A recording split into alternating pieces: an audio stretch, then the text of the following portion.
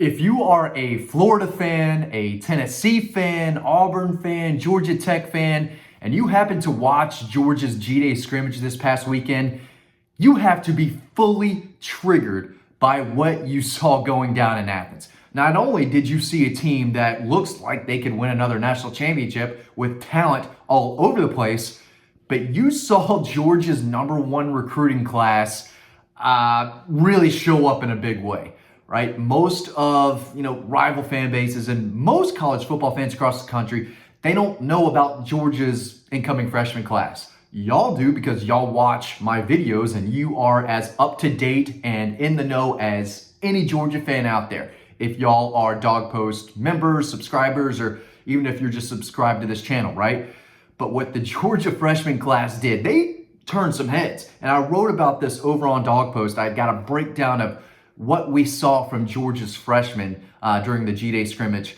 And the fact that Georgia's not going anywhere and they are rebuilding, that is a really tough pill for Florida fans and Auburn fans and Tech fans. Tough pill to swallow. And they have to be triggered because they know it's not going anywhere. Georgia didn't win a national championship last year.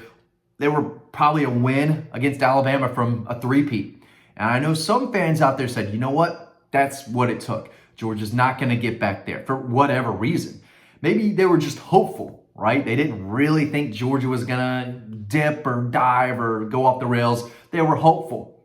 Now it's tough to be hopeful because this team, they're going to keep being good year after year after year. They're not going anywhere. It started in 2017 where they were the second best team in the country, very good in 18 and 19. They were fine. They were a good team in 20. They were top 15, probably a top 10 team at the end of the year. National championship the next year. National championship the next year. They were probably the second best team in the country last year, whether you want to say Alabama or Michigan are ahead of them, whatever. They could have beat Alabama in a rematch, and they could have beat Michigan. If they played Michigan 10 times, I think Georgia would win at least 6 times, right? But the thought that other fans might have that Georgia isn't going to get back to the mountaintop, it's crazy. They're dead. And I'm not a big safe space guy. There were safe spaces when I was in college at Kennesaw State, and they were laughable. But in this case, I do think Auburn and Florida and Tennessee fans, Georgia Tech fans have had a safe space for a while where they just get together and they talk about, will we ever beat Georgia? What is it going to take to even play with Georgia? And they had a cute little game with the Dogs last year. They played really tough. They gave it everything they had, and I think lost by less than 10. I mean, that's a huge improvement. That is a positive for Georgia Tech, that they did not get crushed by Georgia. And if you're Florida and Auburn, if you're a fan of one of those programs, even Tennessee, I think the first step is coming close to beating Georgia. Not beating Georgia. No one of those fan bases can come into this year expecting to beat Georgia. You just have to be extremely hopeful, and hope, that's all you can do, is hope. And Georgia fans, that's all they could do before that national championship, was just hope and dream and pray that Georgia would win a national championship.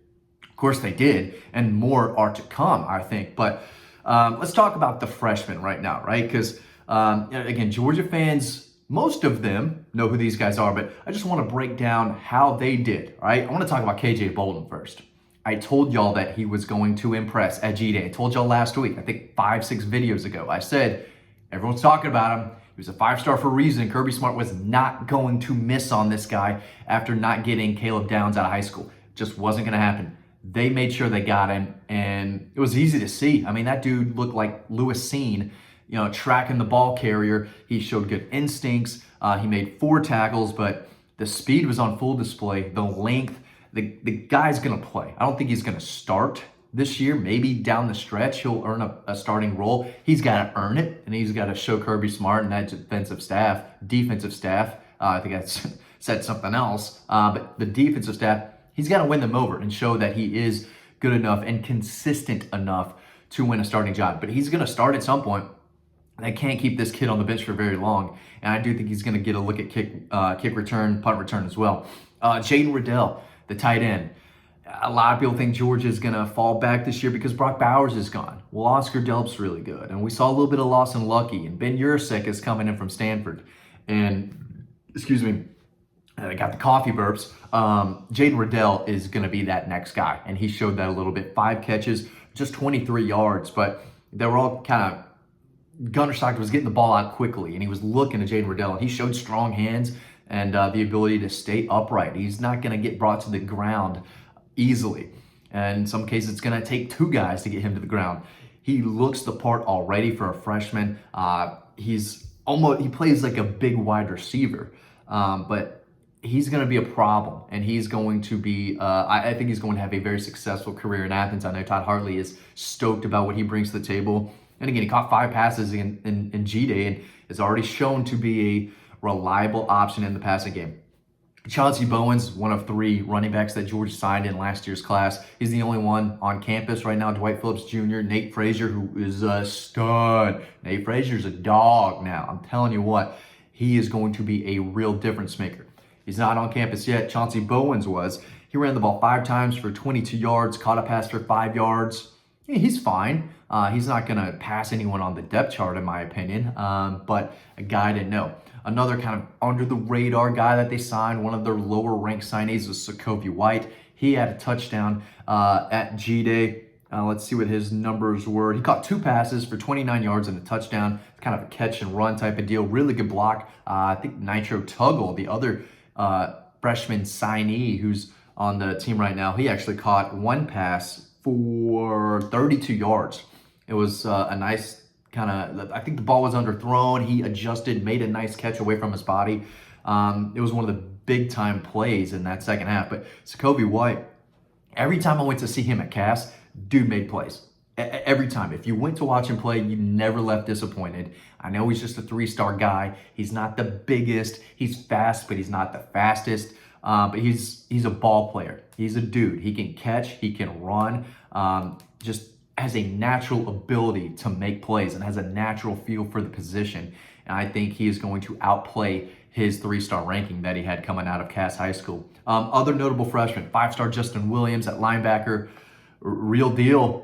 Real deal. If you watched him play, just had your eyes focused on him when he was out there, he knows what he's doing. Another guy who can run, who can hit, who's just all muscle. All muscle. Doesn't look like there's an ounce of fat on him, which is crazy. He's got that Coach DeBray look going on. Just muscles everywhere, right? I get it. It's tough to have a physique like that. Maybe one day I'll show y'all. But I gotta warn you first. The YouTube, they've already told you, Matt, don't take your shirt off. Like, this video is watched by like 95% dudes, all right? So no one wants you to take your shirt off. But if I did, I'd kind of look like Justin Williams. Joseph Jonah Janye. Justin Williams is a teammate out in Texas. He had 3 tackles and 1 sack. Ellis Robinson, a 5-star defensive back that they signed, top 5 player in the country. He had 3 tackles. Chris Jones, a versatile outside linebacker that they signed out of Virginia, former 4-star kid. He had 2 tackles. Dello Jones, one of the best athletes from the state of Georgia that the Dawg signed out of Swainsboro High School, was just a tremendous high school football player. He had 1 tackle from his cornerback spot. Andre Evans, another 4-star defensive back, had 1 tackle. Defensive lineman Jordan Thomas, an interior guy, along with Nnamdi Agboko, they both had 1 tackle. Chris Cole had a pass breakup. If you remember the G-Day game, he tipped, I think it was Carson Beck's, no, it was Gunnar Stockton's pass, almost intercepted it and took it for a touchdown. It was a really athletic play. And if he would have come up with that interception and walked into the end zone, probably would have been the play of G-Day. But he's a young freshman linebacker with good instincts, good length, good athleticism, and he showed that a little bit. Quintavious Johnson. Most of y'all are like, who? Yeah, he was a 3-star lineman that we went to go watch in person. Was very good. He was very good. He looks the part already. He's one of the more physically gifted edge defenders it looked like on the team. But he's a bigger kind of outside linebacker type, edge type. But he had 1 tackle. I think he's going to impress a lot of people. I think there's going to come a time in his career where he starts making plays and everyone's like, who is that kid again? Where is he from? What star was he? I don't remember him. Write that name down. He might not play a ton this year, but if he sticks around and continues to develop and doesn't transfer somewhere else, if he doesn't like the playing time he's getting, I think he's going to turn into a really nice player who like Sokovia White kind of outplays his ranking. And then Nitro Tuggle, 1 catch, like I said earlier, for 32 yards.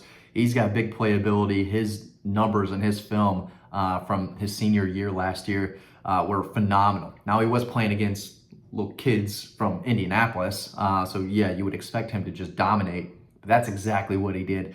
So he's got a lot of promise. Wouldn't surprise me to see him play some this year, even as a freshman. But yeah, if you're a fan of a rival team, you're looking at Georgia's class and what these freshmen, showed. Even though it was a little scrimmage, I get that, little scrimmage, right? It's hard to take away a lot from G-Day, but these guys are ready. I say ready. The potential is what I should say. The potential is easy to see. A lot of these guys are going to play this fall. A lot of them have All-American potential. And again, if you're an Auburn, Florida, Tennessee fan, you got to be scratching your head, fully triggered, saying, how do they keep getting away with this, right? That's that Breaking Bad quote, Jesse Pinkman. How can he keep getting away with this? That's what they're saying about the Dogs right now. That's what everyone's saying about Georgia. How can they keep this up? Well, they're going to, and they're going to really compete for a national championship again this year, probably in several years, if you really like what they have in the freshman class. I know I do, and I think Georgia fans should too. They should be very excited about this team and this freshman class. You can read all about this over on Dawg Post. Thanks again for watching this video. You can sign up to Dawg Post by clicking on our free newsletter. That link is right down below. It's free to sign up. It's free to read the story about these freshmen over on Dawg Post. So make sure you do that. Thanks for watching this video, and I'll see you on the website.